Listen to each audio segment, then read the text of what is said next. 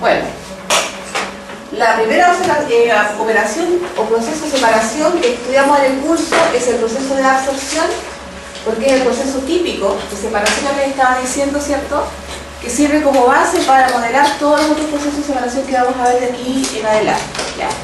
Después, por ejemplo, vamos a ver la destilación, que también es una operación típica de la ingeniería química, pero que tiene una gran diferencia respecto de la operación de absorción. En el caso de la destilación, la segunda fase, que es el vapor, se forma a partir de la primera, que es una mezcla líquida, ¿ya? En cambio, aquí para la absorción, ustedes saben que tienen que poner en contacto las dos fases, desde el inicio de la operación, la fase gaseosa y la fase líquida, y la transferencia se produce del gas al líquido. Las aplicaciones industriales de la operación de absorción son múltiples. Hay una que ustedes van a ver en el taller de HYSYS. Van a simular una operación en la cual tienen que recuperar ácido sulfídrico de una corriente, ¿ya? La idea es, primero, recuperar los productos que contiene la corriente gaseosa utilizando un líquido.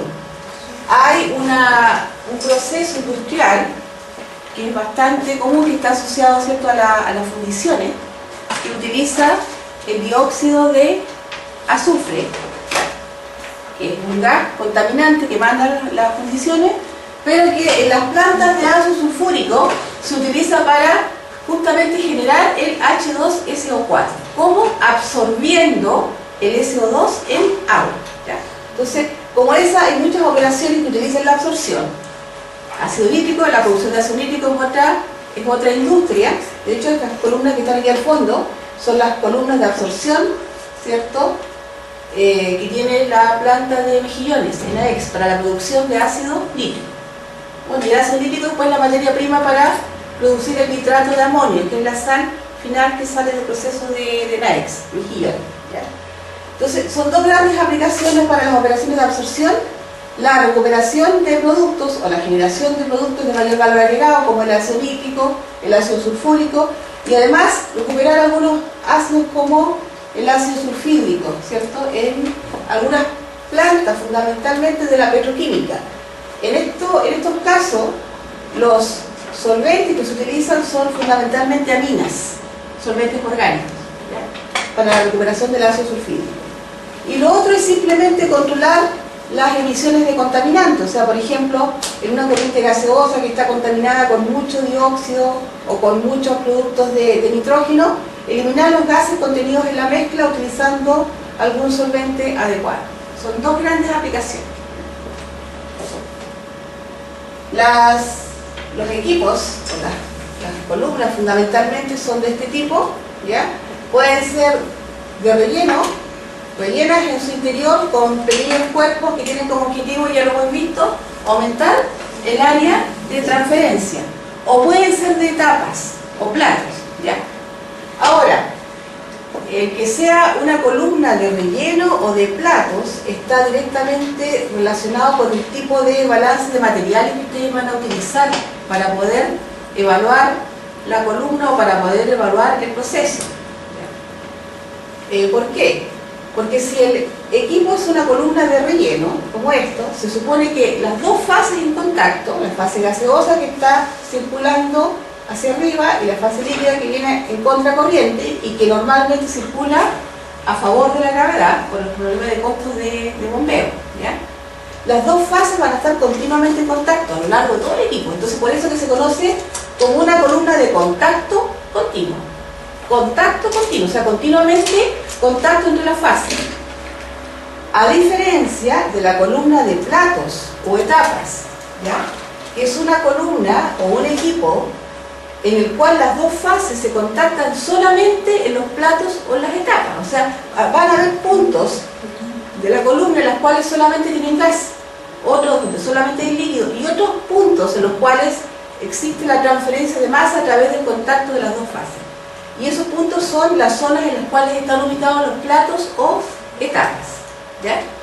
Esas columnas, a pesar de que ustedes vean que continuamente ingresan gases y salen, ingresan y salen del equipo, y los líquidos ingresan y salen del equipo en forma continua, equipos se conocen como de contacto en etapas o contacto discontinuo, solamente refiriéndonos al contacto de la fase, porque no es un contacto en todo momento, solamente cuando las fases alcanzan el plato o la etapa, ¿ya? Desde ese punto de vista, entonces la clasificación de los equipos. Equipos de contacto continuo, que son las columnas de relleno, y equipos de contacto en etapas. Aquí tienen, por ejemplo, la columna de relleno, con la cual vamos a partir trabajando la entrada, la salida del gas, la entrada, salida del líquido y el material de relleno para el contacto de las fases. Una de las dos fases normalmente es la fase continua y la otra es la fase dispersa. ¿Qué es lo que era la fase dispersa? ¿Se acuerdan? Fue importante para todos los procesos de separación. ¿Qué es lo que es una fase dispersa? ¿Una? ¿Las dos?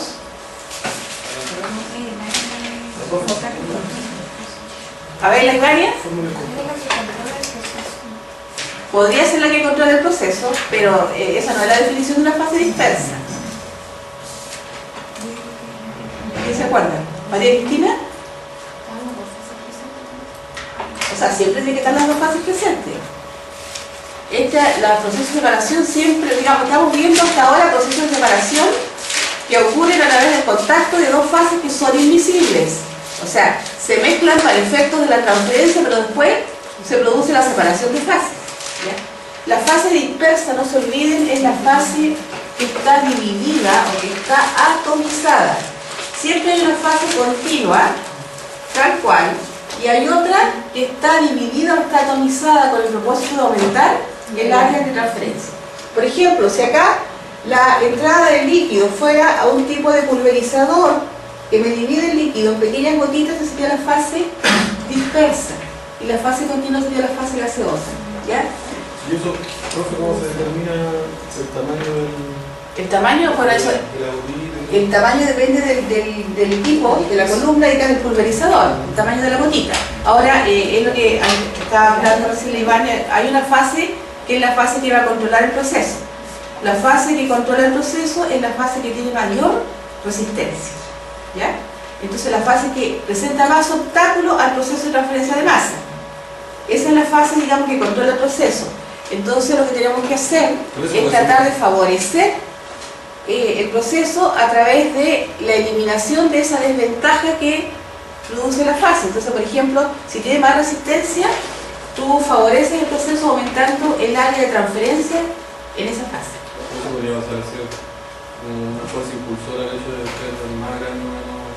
O sea, el tamaño de la fuerza impulsora tiene que ver con las concentraciones, ¿ya?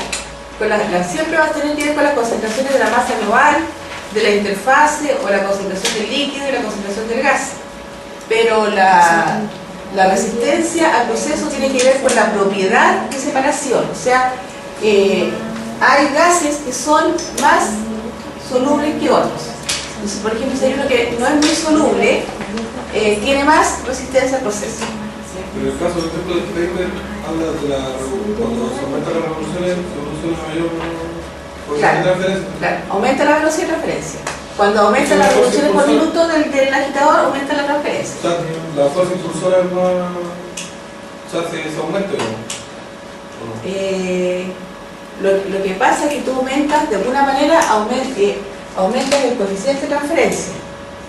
¿Por qué aumenta el coeficiente de transferencia? Al aumentar la agitación, lo que estás haciendo es incorporar en mayor medida fuerzas convectivas al proceso. Entonces el oxígeno se transfiere en forma más rápida. O sea, solamente se refiere a la fuerza impulsora a la cantidad de aire en ese caso. Claro, la fuerza impulsora tiene que ver con la cantidad de aire. ¿Y la velocidad No, eso tiene que ver con el coeficiente de transferencia. Claro, la velocidad del proceso se incrementa. ¿Ya? Bueno, eso es lo que mañana vemos. Eso era una de las preguntas de la velocidad del proceso en la que se incrementa. Ya. Bueno, los cuerpos de relleno también los habíamos visto, ¿cierto? El objetivo siempre es aumentar el área de contacto. Tenemos ahí, por ejemplo, monturas Berg. Estos son los más típicos, los anillos Ratchet, de diferentes tipos de materiales, dependiendo de las características del líquido que vamos a trabajar en la columna.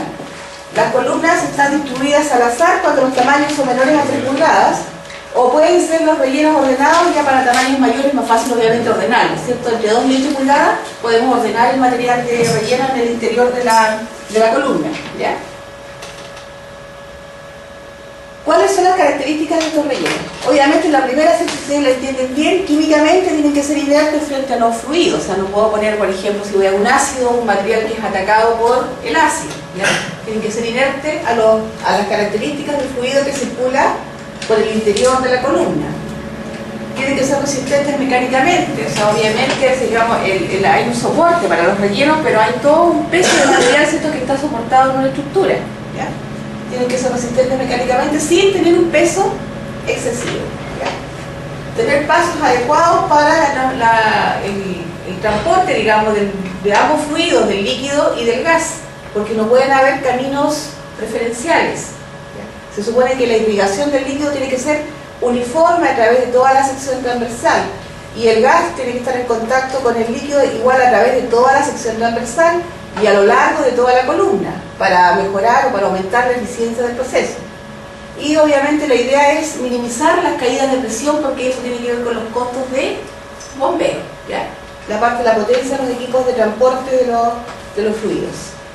Favorecer el contacto entre las dos fases, un costo razonable, y bueno, las unidades de relleno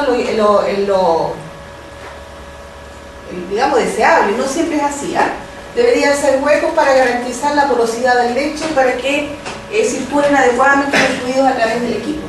Esas son las características principales para elegir un buen material de relleno, ¿ya? ¿Y la geometría es importante? La geometría sí.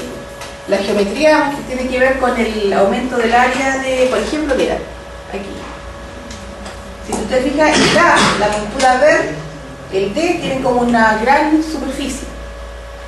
Hay muchos puntos de contacto para la fase líquida y la fase gaseosa. El C, que es el anillo Rachel, es más simple, una geometría más lisa, ¿ya?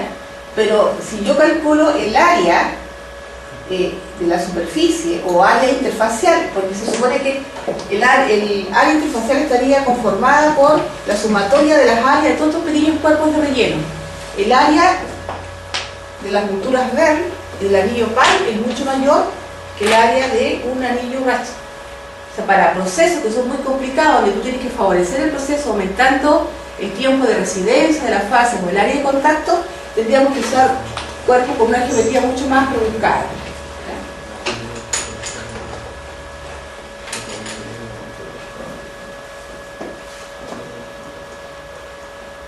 Ya, aquí ya entramos a los parámetros que vamos a manejar en el diseño de las columnas. Este es el objetivo, ¿ya? Cuando ustedes hagan el taller, a ustedes se les van a entregar los requerimientos del proceso, pero ustedes tienen que elegir la columna, ustedes tienen que elegir los flujos, etc., ¿ya? El objetivo es conseguir el máximo de transferencia con el mínimo consumo de energía, vale decir, por ejemplo, los costos de bombeo. Entonces los flujos están muy... Si hay mucha caída de presión, si le pongo mucho flujo, a lo mejor voy a generar mucha caída de presión en forma innecesaria, y eso me va a aumentar los costos de bombeo. Entonces tengo que tratar de que la transferencia de masa sea máxima, que el consumo de energía y el tamaño de la columna sea mínimo. Y el tamaño de la columna tiene que ver con los costos de la inversión, el costo del equipo. Mínima inversión, mínimos costos de operación, ¿ya? Ese es como el objetivo cuando voy a diseñar un sistema de procesamiento. ¿Cuáles son los parámetros que tenemos que definir normalmente? Cuando yo elijo dimensiono o determino los flujos a partir del balance de materia, lo que estoy haciendo de alguna manera es ya elegir el diámetro de la columna. Los flujos están directamente relacionados con el diámetro de la columna, ¿ya?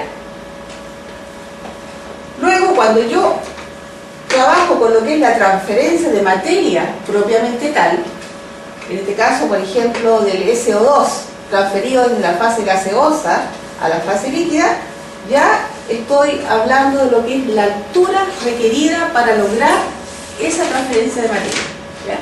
Entonces los flujos tienen que ver con el diámetro requerido de la columna. La transferencia de materia que se logra tiene que ver con la altura de la columna. Y asociados a estos dos parámetros están los caudales de ambas fases y el tipo de material de relleno que tiene que ver mucho con el área de transferencia. Área de transferencia de materia. ¿Cuáles son los datos que normalmente conocemos ya o que ya están, digamos, previamente determinados? Son las condiciones de presión y temperatura. ¿Ya? Vamos a trabajar a cierta presión y a cierta temperatura. Para mayor eficiencia, los flujos son a contracorriente. ¿Ya? ¿Conocen ustedes las composiciones de entrada? Por ejemplo, si yo quiero descontaminar un gas, ustedes saben la concentración de contaminante que tiene el gas, eso lo conozco. Y sé también las características del líquido que voy a usar para limpiar. O sea, yo sé si tiene algo de contaminante, pues si viene con recirculación de otra parte de la planta, podría traer algo del contaminante, ¿cierto? O ustedes saben si es un líquido puro, ¿ya? Entonces las composiciones de las corrientes de entrada se conocen. Y además ustedes conocen el requerimiento, o sea, ustedes, por ejemplo, necesitan descontaminar o lavar un gas al 90%, ¿ya? La composición del gas de salida es el requerimiento de la operación. Esos son los datos para poder diseñar. Estas normalmente las etapas que tienen que seguir, de acuerdo a las características del líquido o de las fases, seleccionar el disolvente, obtener datos de equilibrio, realizar los balances de masa, realizar balances entálpicos o de energía, excepto cuando la operación es isotérmica. Afortunadamente aquí vamos a trabajar para observación con operación isotérmica, ¿ya?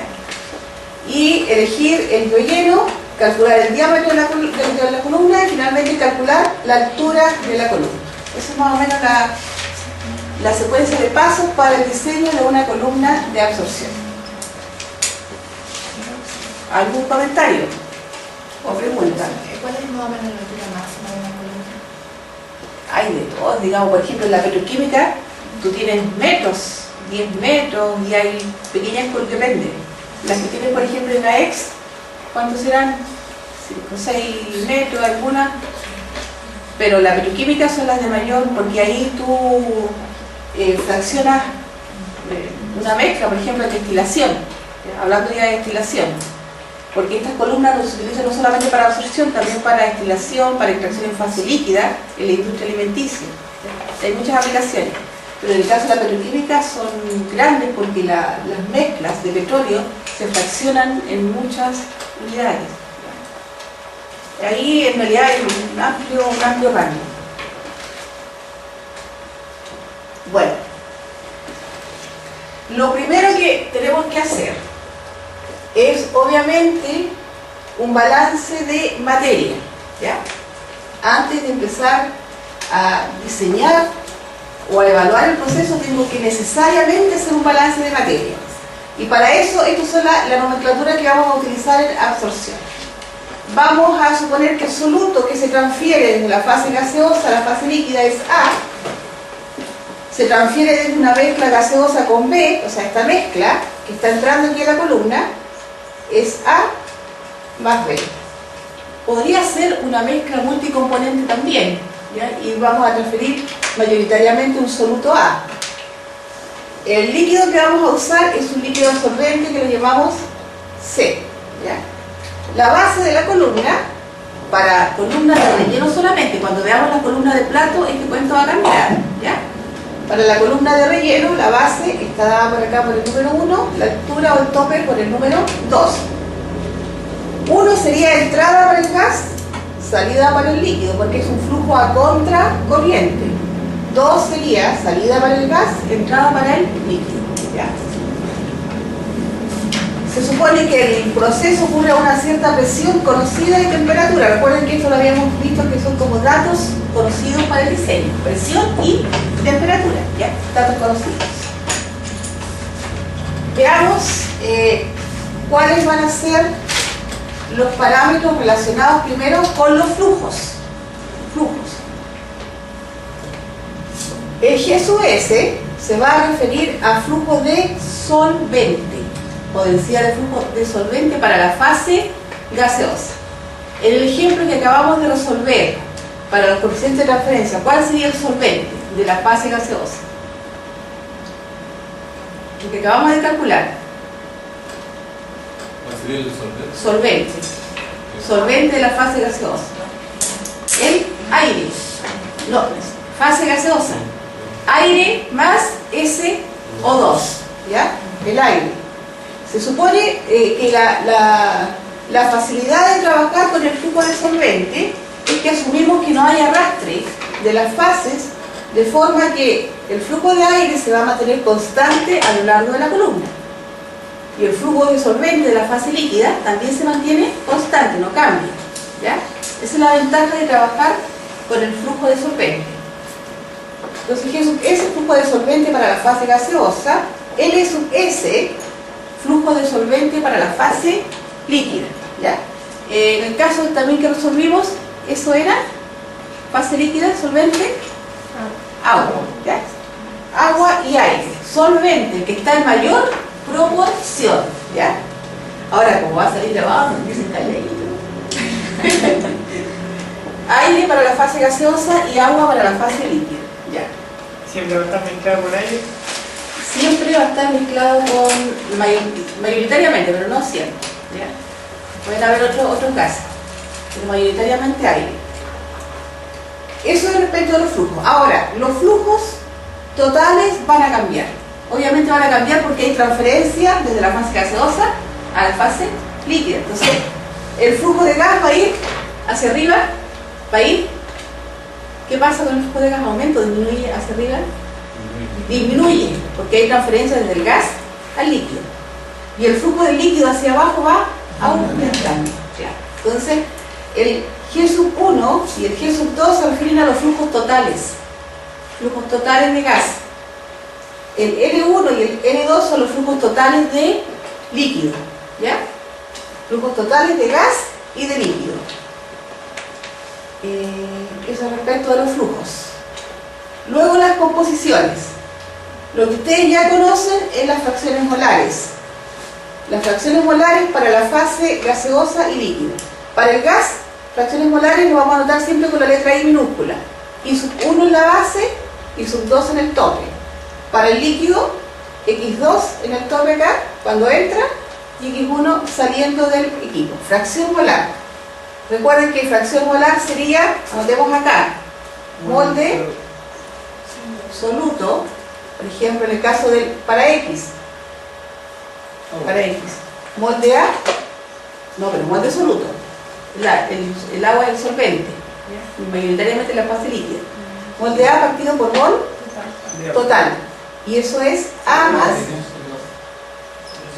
C. El solvente de la fase líquida lo estamos llamando C. Mol total, molde A más C, ¿ya? Fracción molar para la fase gaseosa. Molde A partido por molde soluto, molde A más B. Por mol total, el solvente de la fase gaseosa es B, puede ser aire. Solvente de la fase líquida es C. Eso es X. Lo que ustedes hasta ahora, hasta el momento, conocen, ¿ya? Y el soluto transferido es el componente A. El componente A es el que se está refiriendo de la fase gaseosa a la fase líquida para absorción, ¿ya? Ahí tienen ustedes, bueno, la definición de todos los, no solamente de los flujos, también las unidades asociadas a las unidades de concentración. Vamos a repasar acá. LG, caudales de líquido y de gas, caudales totales. El subíndice indica si están en la base o están en el tope, ¿ya? Fíjense bien acá, el caudal cómo está expresado. Mol partido por segundo metro cuadrado. ¿Qué es lo que es eso? Mol partido por segundo metro cuadrado. ¿Qué es lo que es? Densidad de flujo molar. Podría también ser solamente flujo, ¿ya? Mol partido por segundo. O sea, este puede ser, LG pueden ser flujos o pueden ser densidades de flujo, ¿ya? Después tenemos las fracciones molares del líquido y del gas. Luego tenemos los flujos de solvente, también como densidad de flujo. Y acá aparece una unidad que a lo mejor no la han usado ustedes, que se anotan con la letra I X mayúscula, ¿ya? Para diferenciarlo de las fracciones molares. Esta unidad se utiliza mucho en la mayor parte de los balances de materia en procesos de separación, porque facilita los balances y normalmente el comportamiento es lineal cuando ustedes utilizan estas unidades de concentración. Fíjense bien acá, I mayúscula. Molde A partido por molde B. O sea, molde soluto partido por molde solvente. Para el X, molde A partido por molde C. Molde soluto partido por molde solvente. ¿Cuál es la ventaja? Que cuando hago el balance de materia, si utilizo relaciones molares como unidades de composición, puedo trabajar, en lugar de trabajar con el flujo total, puedo trabajar con el flujo de solvente. Y eso hace que la línea de operación sea realmente una línea, una recta. Si yo hago el balance en función de las fracciones molares, tengo que utilizar necesariamente el flujo total. O sea que tengo que trabajar con el G1 y con el G2, o con el L1 y el L2. Y al trabajar con los flujos totales, esos flujos van cambiando. Sin embargo, yo puedo asumir que los flujos de solvente, el G sub S y el LS, se mantienen a lo largo de la columna, y eso me facilita el cuento del balance de materia, ¿ya? Entonces, de aquí en adelante vamos a trabajar mayoritariamente utilizando relaciones molares como unidades de composición. Ahora, el problema es que junto con la línea de operación, que es la que se obtiene a partir del balance de materia aplicado a la columna de absorción, están los datos de equilibrio. Y los datos de equilibrio pueden venir en cualquier unidad. Pueden también venir en unidades de fracción molar. Lo que se aconseja en ese caso es transformar todo a relación molar, ¿ya? Es lo más simple.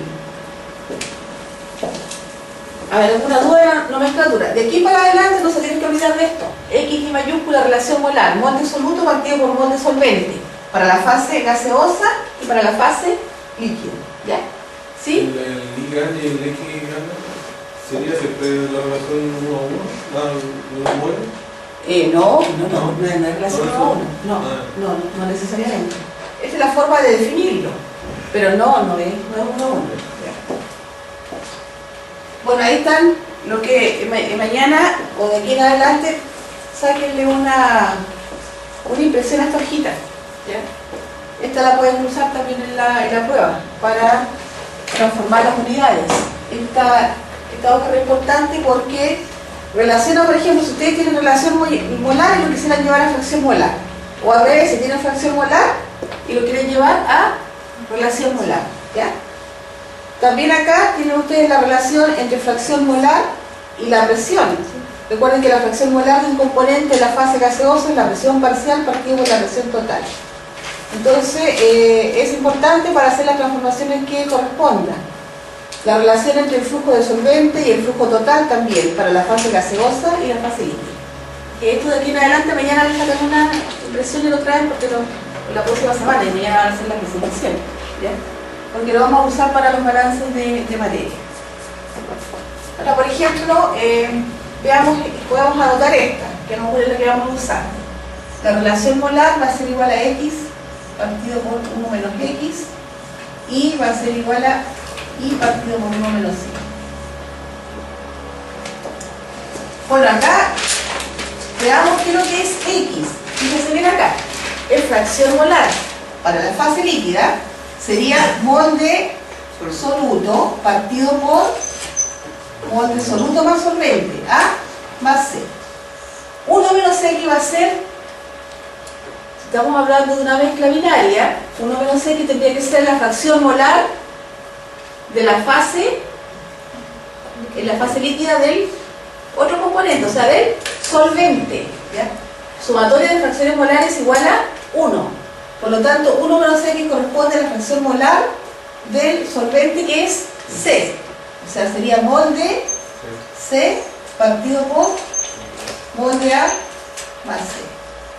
Entonces acá ustedes se fijan, miren lo que quieran. Molde A partido por molde C. Molde soluto partido por molde solvente, ¿ya? De la misma forma para la fase gaseosa. Esa es una de las que más se ocupa, porque ustedes tienen, por ejemplo, los datos de equilibrio expresados en fracción molar y lo quieren llevar a relación molar, ¿ya? Ahí. Es importante, datos de equilibrio expresado en fracción molar o en presión parcial y lo quiero llevar a relación molar, porque les insisto, la ventaja es que la línea de operación es una línea recta, ¿ya? Es mucho más fácil trabajar en los balances de materia con estas unidades de composición. Relación con la. Ya. Este primer trabajo que van a hacer, vamos a establecer el balance de materia para un proceso contracorriente, absorción, transferencia del gas al líquido. ¿Ya? Y ese balance de materia lo que nos va a permitir es definir la línea de operación del proceso. Ese es el primer trabajo que vamos a hacer ahora, balance de materia.